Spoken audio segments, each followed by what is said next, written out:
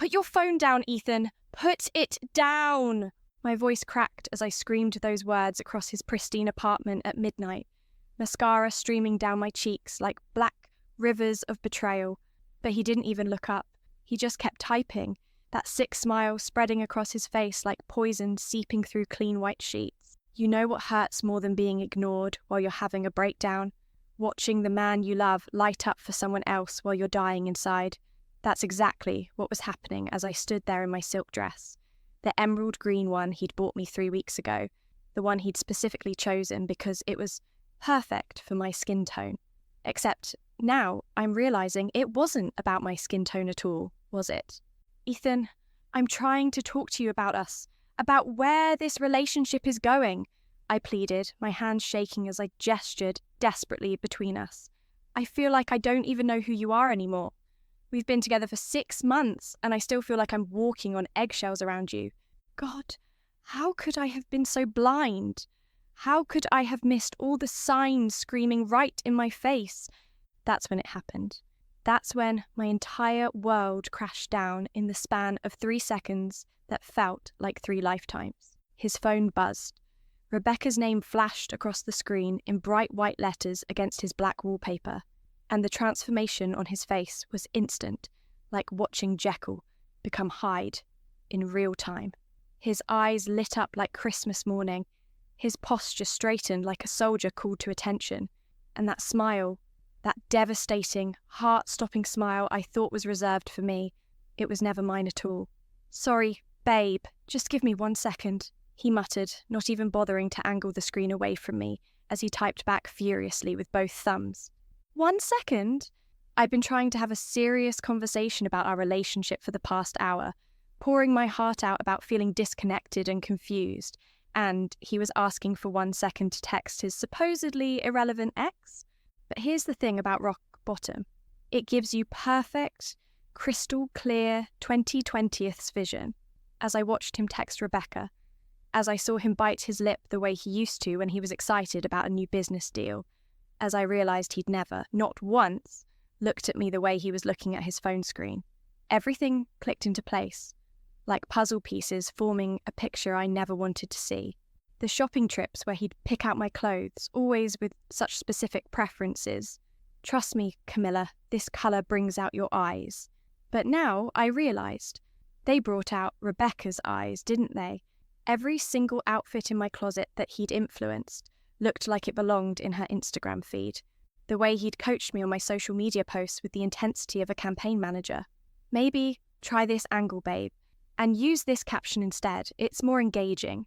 I thought he was helping me build confidence, teaching me to put my best foot forward, but he was crafting the perfect Rebecca replacement, wasn't he?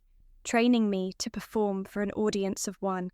The restaurants he'd take me to, always his favourites, he'd claimed. But they were Rebecca's favourites, weren't they? The little Italian place with the red checkered tablecloths, the rooftop bar downtown with the view of the city skyline, the coffee shop with the vintage aesthetic where he'd insist we take photos by the brick wall, the perfume he'd bought me for our 3-month anniversary. It just screams you, he'd said with that charming grin. Rebecca's signature scent. I'd bet my life on it. The way he'd style my hair during our most intimate moments, always pushing it to one particular side, always arranging it just so. The side Rebecca wore hers in every single photo I'd secretly stalked on her social media. I wasn't his girlfriend. I was his Rebecca simulator, his holographic replacement, his pathetic consolation prize dressed up to look like the real thing. Are you texting her about me? The question fell from my lips like a stone into still water, creating ripples that would destroy everything. He finally looked up, and for a split second, I saw panic flash across his features like lightning across a dark sky. What? No, Camilla, don't be ridiculous. You're being paranoid. But his voice had that telltale high pitch it got when he was lying about missing client calls or forgetting to pay bills, and his fingers were already moving to close the phone to hide the evidence. Too late. I'd seen enough to know my worst fears were true. Show me the conversation, Ethan. Camilla, you're being irrational. Show me the damn conversation. The silence that followed was deafening, like the moment before a storm breaks. We stared at each other across his living room. Two people who'd shared a bed for 6 months, who'd whispered secrets in the dark, who'd planned weekend trips and talked about meeting each other's parents. But we'd never really known each other at all, had we? Him clutching his phone like a lifeline, me finally understanding that I'd been drowning this entire time. "You want to know what's really sick, Ethan?" I said, my voice deadly calm, now, the way it gets when you're so far past anger that you've entered a different emotional stratosphere entirely. "I actually thought you loved me. I thought all those little improvements you suggested, all that coaching, all those helpful hints about how to be a better girlfriend, I thought it came from a place of caring." I started laughing then, a bitter sound that echoed off his expensive walls and minimalist furniture. "But you were just trying to turn me into her, weren't you? You were moulding me like clay, shaping me into the perfect Rebecca replacement, hoping she'd see your posts, see your stories, see how happy and moved on you looked with your shiny new model. Camilla, that's not—" "Don't you dare lie to me anymore," I screamed, and something inside me finally snapped like a wire pulled too tight. Every romantic dinner was a performance for an audience you hoped was watching. Every "I love you" was a line in your pathetic revenge script. You didn't fall for me, Ethan. You fell for the idea of making her jealous, of proving you could replace her. The truth hung between us like a blade waiting to fall. He didn't deny it. He couldn't, because we both knew I was absolutely right, and the silence was his confession. That's when I made the decision that would change everything. I walked over to where he was sitting on his leather couch, snatched his phone from his hands with more force than necessary, and saw exactly what I expected to see. "Miss me yet?" From Rebecca, sent 23 minutes ago. "More than you know. Check my Instagram story." His response, sent 22 minutes ago. His Instagram story. Our dinner from tonight. My hand in his across the candlelit table, my laugh caught mid-giggle, my face glowing in the warm restaurant lighting he'd positioned me to catch perfectly. But the caption, God, the caption made my stomach turn inside out. "Some people are worth waiting for. Others help you realize what you've been missing." I wasn't the love of his life. I was a billboard advertisement for his emotional availability, a walking, talking, breathing Instagram story designed to make one specific person jealous. "You know what, Ethan?" I said, setting his phone down on his coffee table, with hands that had stopped trembling because I'd moved past heartbreak into pure cold fury. "You're absolutely right. Some people are worth waiting for. And I just realised I've been wasting 6 months of my life on someone who definitely isn't worth another second." I grabbed my purse and headed for the door, but his voice stopped me just as my hand touched the handle. "Camilla, wait. Please. We can work this out. I do have feelings for you. Real feelings. This thing with Rebecca, it's complicated. But what we have is real too." I turned around one last time, memorising his face. The face I'd kissed goodnight for 180 nights. The face I'd trusted with my deepest insecurities. The face that had been lying to me every single day we'd been together. "You want to know the difference between you and Rebecca, Ethan? She was smart enough to see through your bullshit and leave you. I was stupid enough to believe your lies and stay. But that changes tonight." I walked out of his apartment and into the humid night air, finally free but completely shattered. As I waited for my Uber, scrolling through my phone for something to distract me from the pain threatening to consume me, a notification popped up that would change my life forever. A LinkedIn message from Kevin Morrison, Ethan's biggest business rival, the man who'd stolen 3 major clients from Ethan's firm just last quarter, the man Ethan cursed about during every single business dinner we'd shared. "Hi, Camilla, I know this might seem forward, but I saw your marketing background and I'm looking for someone with your specific skill set. Would you be interested in grabbing coffee to discuss a potential opportunity?" I stared at that message for a long moment, thinking about Ethan upstairs. Probably already texting Rebecca about our fight. Probably already planning his next pathetic move to win her back. You know what they say about revenge being a dish best served cold? Well, mine was about to be ice fucking cold. I typed back, "I'd love to. When and where?" Little did I know, I was about to walk from one manipulation right into another. But this time, I wouldn't be the pawn. This time, I'd learn to be the player. 3 days later, I was sitting across from Kevin Morrison in a downtown cafe that screamed success. All exposed brick and Edison bulbs. The kind of place where million-dollar deals happened over artisanal coffee. And Kevin? He was everything Ethan pretended to be, but could never pull off. Where Ethan was all flash and no substance, Kevin had this quiet confidence that didn't need to announce itself. His suit was perfectly tailored but not showy. His watch was expensive but understated. When he smiled, it reached his eyes. Something I realised I'd never seen with Ethan. "I have to be honest with you, Camilla," Kevin said, stirring his espresso with deliberate precision. "I didn't just message you about your marketing skills." My heart stopped. Here we go again, I thought. Another man with an agenda. "I know about you and Ethan," he continued, and I felt my cheeks burn with embarrassment. "I know he's been parading you around like some kind of trophy. And I know it ended badly 3 nights ago." "How could you possibly know that?" I whispered, mortified that my humiliation was apparently public knowledge. Kevin leaned forward, his voice dropping to a conspiratorial whisper. "Because I've been watching him for months, Camilla. Ethan Lancaster thinks he's some kind of business mastermind, but he's sloppy, predictable, and the way he's been using you, it's disgusting." The way he said it, with genuine anger in his voice, made something inside my chest flutter dangerously. "So, why message me?" I asked, trying to keep my voice steady. "Because you deserve better, and because I think we can help each other." His eyes met mine with an intensity that made my breath catch. "I'm not going to lie to you. I have my own reasons for wanting to see Ethan brought down a few pegs, but unlike him, I'm being upfront about it." That's when Kevin told me everything. How Ethan had been stealing his clients through underhanded tactics for years. How he'd spread rumours about Kevin's firm being unstable. How he'd even tried to poach Kevin's best employees with promises he couldn't keep. The man is a parasite, Camilla, and you were just his latest victim. By the end of our coffee date, I felt something I hadn't experienced in months. Clarity. Kevin wasn't just offering me a job. He was offering me a chance to take back my power. "What exactly are you proposing?" I asked. "Come work for me.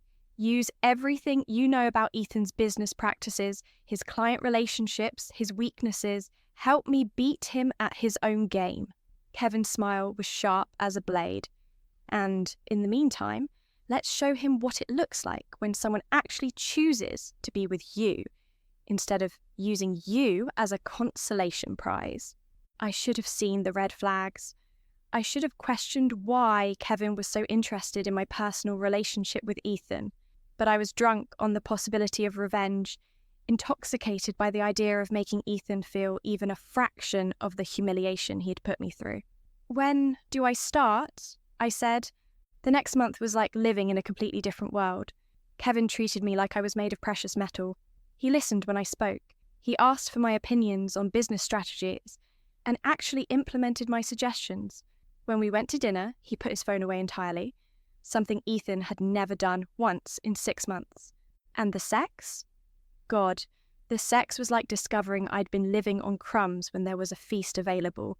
Kevin touched me like he was worshipping at an altar, like every inch of my skin was sacred territory. He whispered my name like it was a prayer, looked into my eyes like he was seeing me, the real me, for the first time. But the best part, the absolute best part, was watching Ethan lose his fucking mind. It started with the LinkedIn update. "Excited to announce I'm joining Morrison & Associates as Senior Marketing Director." The notification must have hit Ethan's phone like a slap in the face. Within an hour, my phone was buzzing. "Camilla, what the hell are you doing? Kevin Morrison? Seriously? You know he's just using you to get back at me, right?" I didn't respond, but Kevin and I made sure Ethan got plenty to see. The professional headshots Kevin had taken of me for the company website, posted on Instagram with the caption, "New chapter, new confidence." The photos from the company retreat Kevin took me on. 5-star resort in Napa. looking happier than I'd ever looked in any photo with Ethan. The candid shot Kevin's assistant took of us in a strategy meeting, my hand on his shoulder as we reviewed contracts, both of us laughing at some inside joke.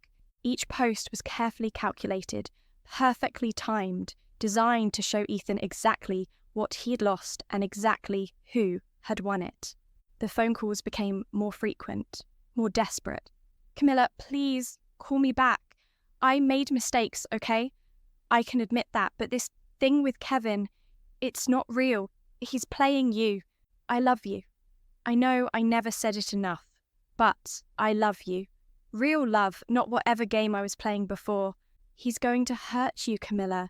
He's going to use you and throw you away just like I did. Except he'll be worse because at least I developed real feelings for you." The flowers started arriving at my office.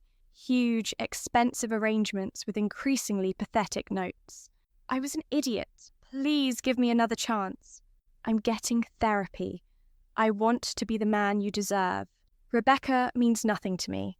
It was always you." That last one made me laugh out loud. Rebecca meant nothing to him?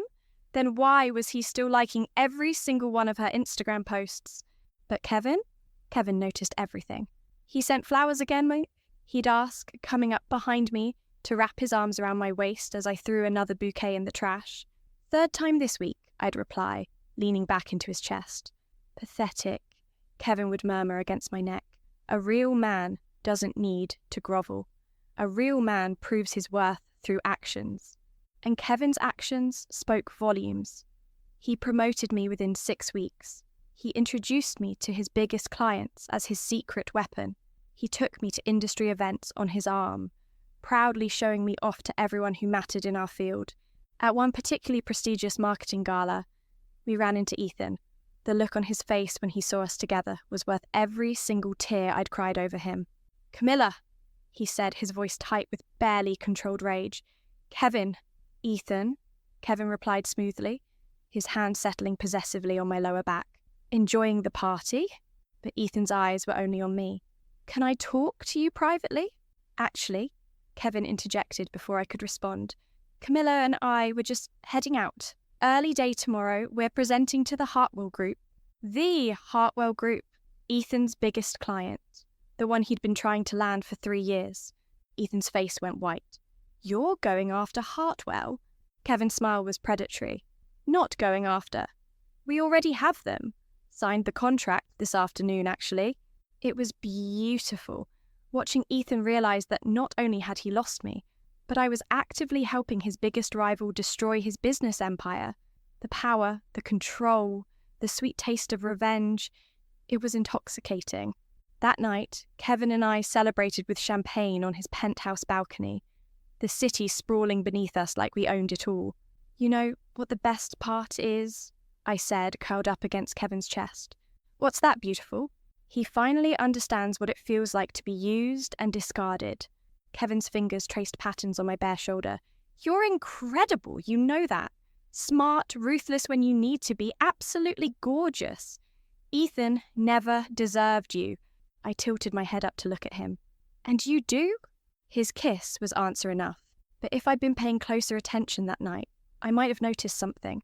The way Kevin's smile didn't quite reach his eyes when he thought I wasn't looking.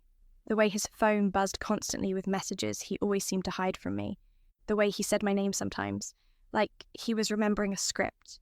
But I was too drunk on revenge, too high on finally being chosen, too blinded by what I thought was love to see that I was about to make the same mistake all over again.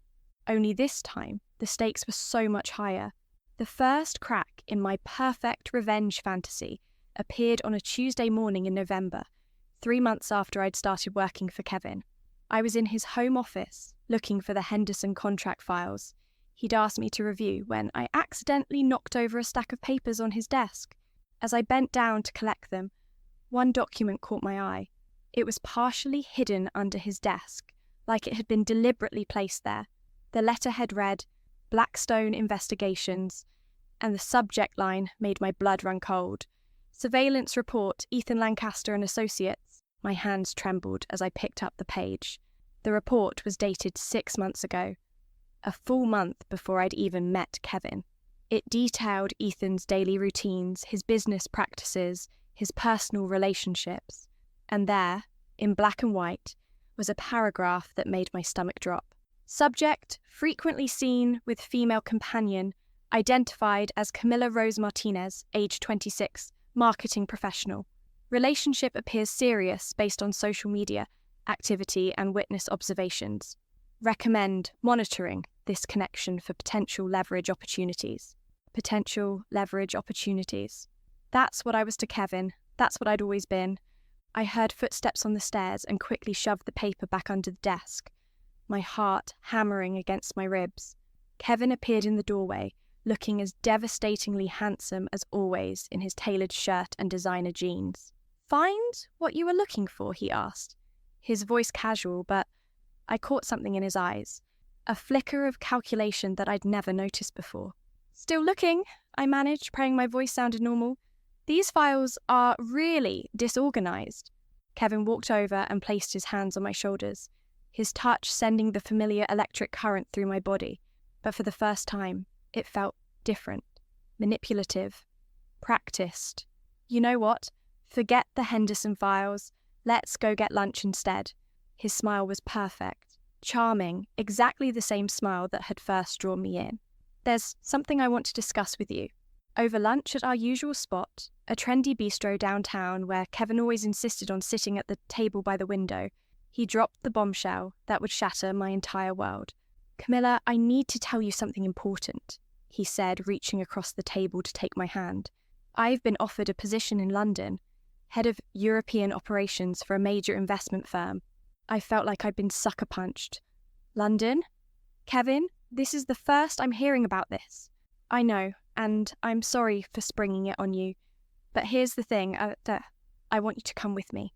His thumb traced circles on my palm, the gesture that usually made me melt. "We could start fresh, new city, new opportunities. Just you and me. What about Morrison and Associates? What about everything we've built here?" Kevin's eyes darkened for just a moment. "Honestly, I think we've accomplished what we set out to do here. Ethan's business is in ruins. He's lost most of his major clients, his reputation is shot, and he's basically a laughingstock in the industry. Mission accomplished, right? Mission accomplished. Like I was some kind of weapon he'd deployed against Ethan. Is that what this has all been about?" I asked, my voice barely above a whisper. "Taking down Ethan?" Kevin's grip onto my hand tightened. "Of course not. Yes, I wanted to see Ethan get what he deserved, but what we have is real, Camilla. I'm falling in love with you." Falling in love. Not in love. Falling. Like it was something that hadn't quite happened yet, something he was still working on. That night, I couldn't sleep. I kept thinking about that surveillance report, about Kevin's casual mention of mission accomplished, about the way he'd phrased everything like our relationship was just another business deal. I started paying attention to things I'd ignored before. The way Kevin's assistant always seemed to know exactly where we were going before I did. The way certain clients would give me knowing looks when Kevin introduced me. The way Kevin's phone calls always seemed to stop abruptly when I entered a room. And then there was Rebecca. I'd noticed her name in Kevin's contacts months ago, but when I'd asked about it, he'd brushed it off. "Old business acquaintance," he'd said. "Nothing important." But now I was starting to wonder. Rebecca had left Ethan 6 months ago, around the same time Kevin had started his surveillance on Ethan. Was that a coincidence? I decided to do some investigating of my own. It started with social media. Rebecca's Instagram was mostly private, but her Facebook was open, and what I found there made my blood run cold. Photos from business events, charity galas, industry conferences, and in the background of several photos, sometimes partially obscured but definitely there, was Kevin. At a marketing summit in Denver 3 months before Rebecca left Ethan. At a charity auction in Chicago 2 months before their breakup. At a business networking event downtown just weeks before she'd moved out of Ethan's apartment. Kevin and Rebecca knew each other, had known each other for months before she'd left Ethan, before I'd even met Kevin. The pieces started falling into place like dominoes. Rebecca doesn't just randomly leave Ethan after 2 years together. She meets Kevin at some business event. Kevin sees an opportunity, a way to get inside information about his biggest rival. He cultivates a relationship with Rebecca, convinces her to feed him information about Ethan's business dealings, his weaknesses, his insecurities. But Kevin needs more than just business intelligence. He needs someone on the inside, someone who can get close to Ethan without raising suspicion, someone who can feed him real-time information about Ethan's strategies, his client relationships, his personal vulnerabilities, someone like me. Rebecca plays her part perfectly. She creates drama, fights with Ethan, makes him desperate to prove he's moved on. And right on cue, Kevin appears in my LinkedIn messages, offering me exactly what I need at exactly the right moment. I was never Kevin's girlfriend. I was his spy. The realization hit me like a physical blow. Every intimate moment we'd shared, every whispered endearment, every passionate night, it was all performance art. Kevin wasn't any different from Ethan. He was just better at it.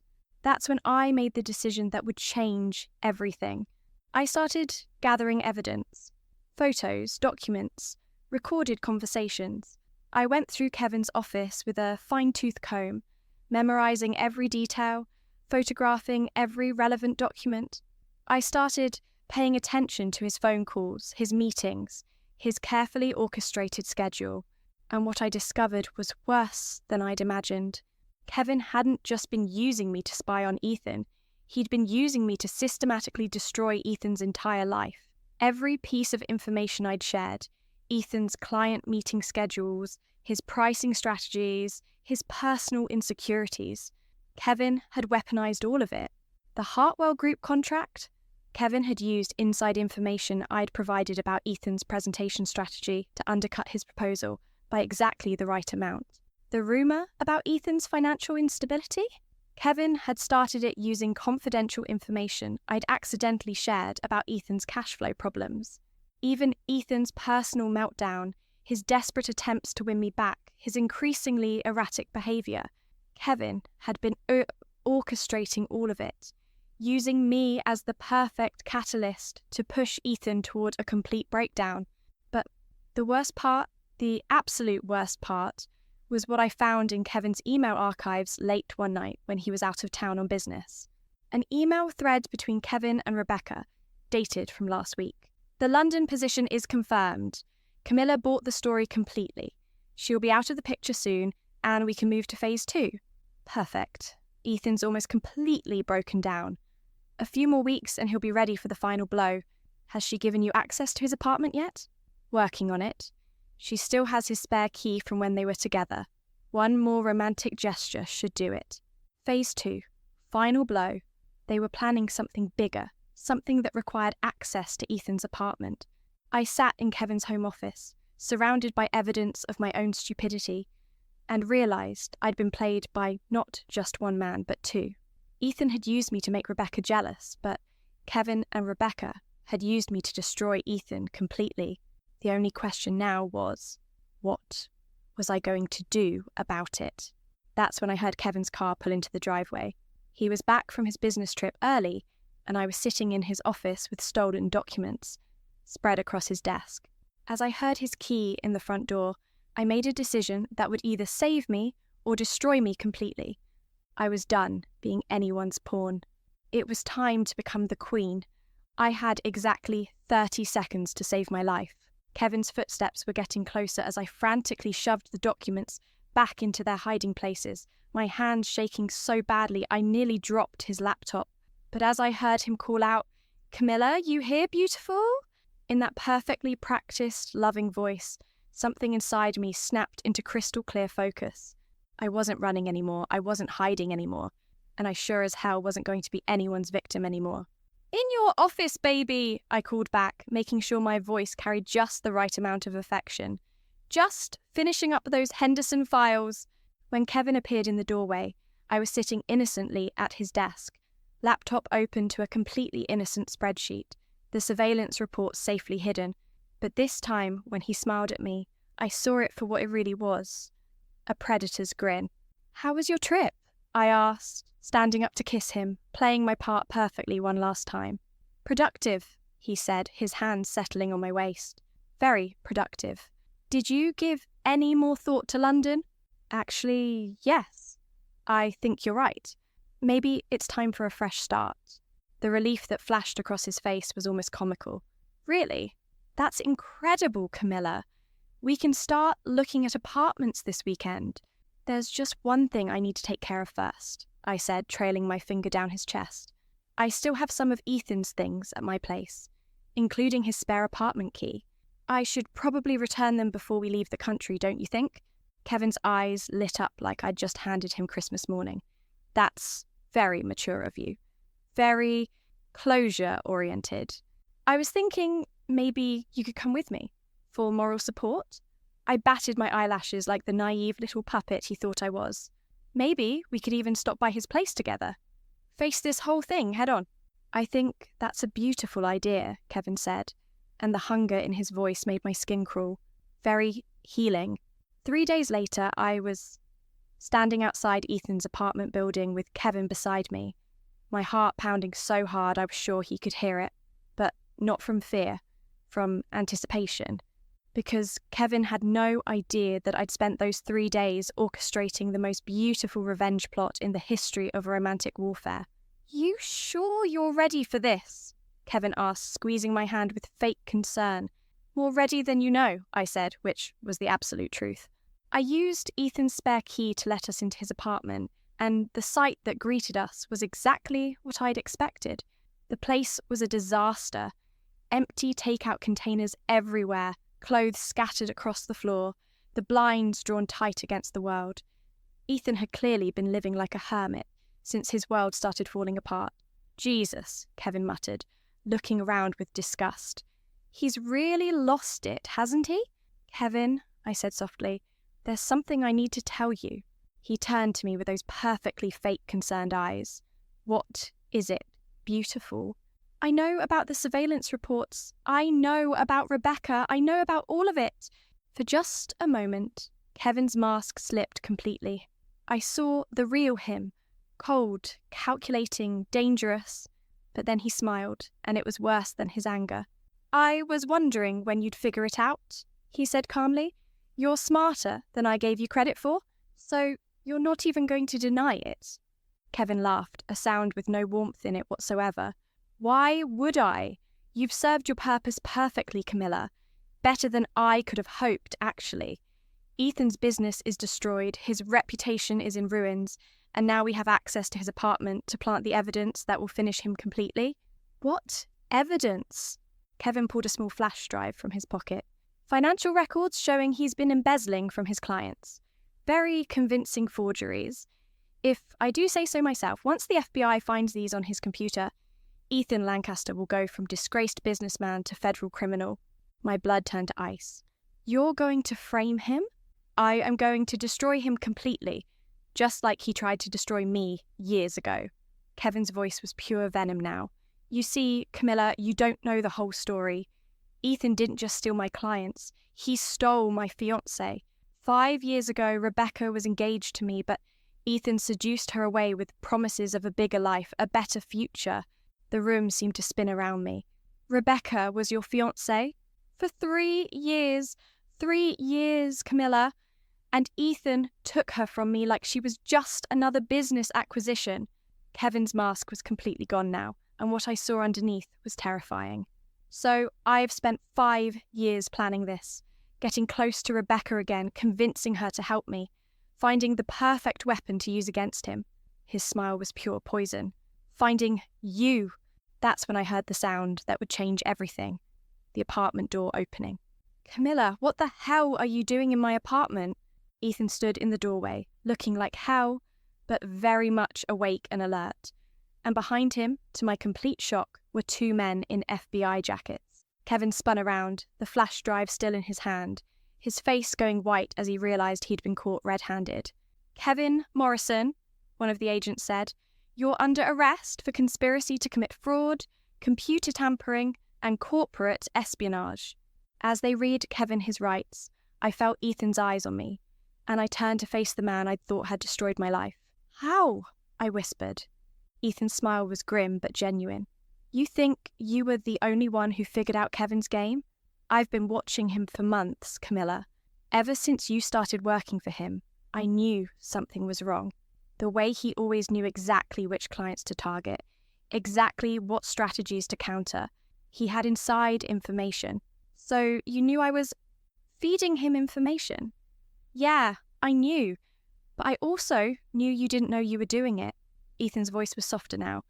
I hired my own private investigator 3 months ago, found out about Kevin and Rebecca's real relationship, about the surveillance, about everything.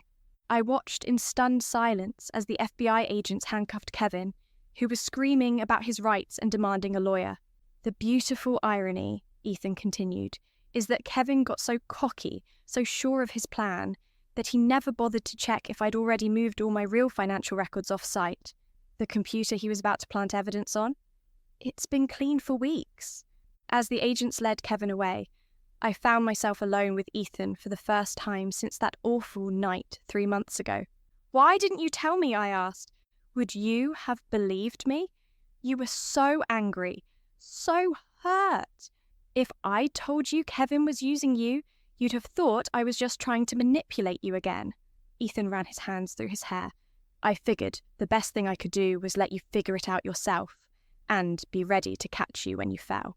We stood there in his destroyed apartment, 2 people who'd hurt each other terribly, who'd been used by people who were supposed to care about us. For what it's worth, Ethan said quietly, I meant what I said in all those voicemails. I did develop real feelings for you. I know that doesn't excuse what I did, but... Ethan, I interrupted. Yeah. I looked at this broken, humbled man who'd orchestrated his own downfall, trying to win back a woman who'd never loved him at all, who'd watched me walk into another trap and spent months planning to save me from it. Rebecca was never worth all of this, I said. He laughed, a sound with real humour in it, for the first time in months. No, she really wasn't. 6 months later, I was sitting in a different cafe entirely, reading about Kevin Morrison's conviction in the business section of the newspaper. Corporate espionage, fraud, conspiracy. He'd gotten 8 years in federal prison. Rebecca had turned state's evidence to avoid prosecution, but her reputation in the industry was destroyed. My phone buzzed with a text from Ethan. Coffee later? I promise I'll put my phone away. I found myself smiling as I typed back. Only if you promise to be yourself this time, whoever that actually is. Deal. Fair warning, though. I'm a lot more boring than the guy who was trying to impress you.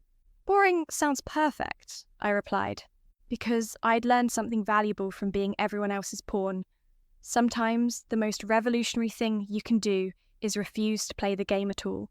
Sometimes the best revenge is simply walking away from people who don't deserve a place in your story. And sometimes, just sometimes, the person who hurt you can become the person who saves you, if you're both brave enough to try again.